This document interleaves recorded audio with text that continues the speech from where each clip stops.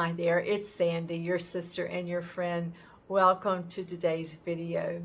I know that we're living in a world that's just a dream world, and it's just an illusion. However, we are living in this place, in this world, in form. And we have flesh and blood bodies, and even though they were made up by the ego to use for our destruction, we still, in these bodies, we can be attacked and we can be hurt and killed. This past weekend, there was an assassination attempt made on former President Donald Trump's life, in which he survived. But I was really saddened when I heard about this attempted assassination, and I was really sad because I thought about all the other people that I had heard about who were presidents and other political positions and peace activists, all of whom had been assassinated or had been shot at with the intention to kill them. During my lifetime, I could count 5 people easily during my lifetime who were very well known and in very high positions, and that they had undergone this. And it just made me sad to think about how much longer, how many people have to go through this in order for us as a nation to choose to be reconciled with each other rather than to think that assassination is the answer. But then I remembered that if I wanted peace in this world, I really needed to find peace within myself. The spiritual path that I'm always encouraging all of us to at least consider. I know we're all on our own journey, but the one that I usually talk about, if this is not practical in times of uncertainty or when things happen that we don't expect, then it's really not of any use to us. So I turned to stillness. As I took the sadness, I was feeling very sad, I took the sadness to the spirit and just sat there. And as I thought about all the people who were killed that day, including the young man who was the shooter, and there was someone killed in the stands, and other people were hospitalized, as I thought about the sadness and the grief that the families were going through, I also then, the Spirit brought to mind people in Ukraine and Gaza and Israel who are also being shot at and killed. And the Spirit showed me that my sadness was really, the name for it was grief. And I sat there and I grieved as much as I could from a distance for what all these families who are living through this, what they're going through. And as I grieved, I could feel the Spirit transforming the grief into love for these families. And I cried with the grief, but the tears were really a cleansing. That's what I felt like, that they were a purification and a cleansing going on inside of me. And as I felt more love than I felt grief or sadness, I really got to a place where I could forgive everyone, everybody who had anything that I had pictured in my mind of the killing that was going on or the shooting at each other that was going on. I could forgive every perpetrator of violence because I knew that they did not realize that they are the Son of God. Had they known that, they wouldn't have taken up arms against a fellow brother, of someone who really is just themselves.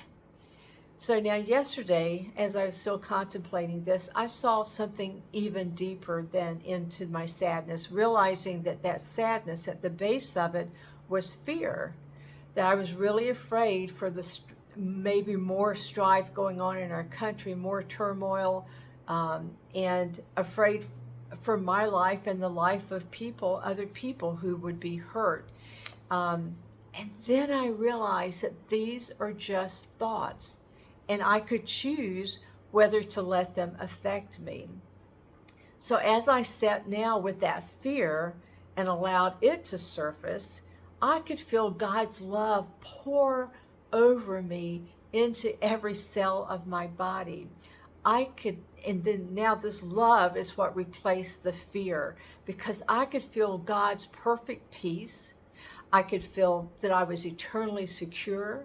I knew at that time I have no enemies. There's nothing outside of me, nothing external to me that can hurt me. I felt total safety. My thoughts can frighten me, but since my thoughts belong only to me, I can choose whether to keep them or to change my mind and to think loving thoughts instead of fearful thoughts. And it is when I start to trust God's promises that that's what actually saves me from this insane world and takes me back home to heaven, which is the place that I have, my true self has never left.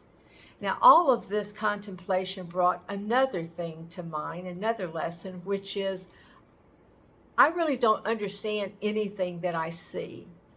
I've heard a lot of stories about people who have survived attempts on their life, and that has been a transforming experience for them, where they now see things really differently because they know that they can be killed at any time, and that really changed things.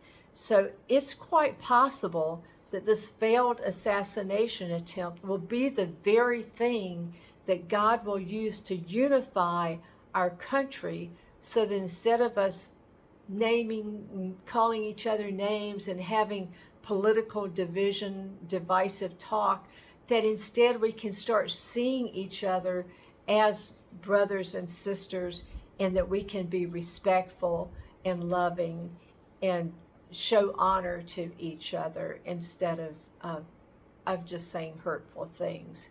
I want to close this with a little couple sentences that I read on Jason Shurka's Telegram page yesterday.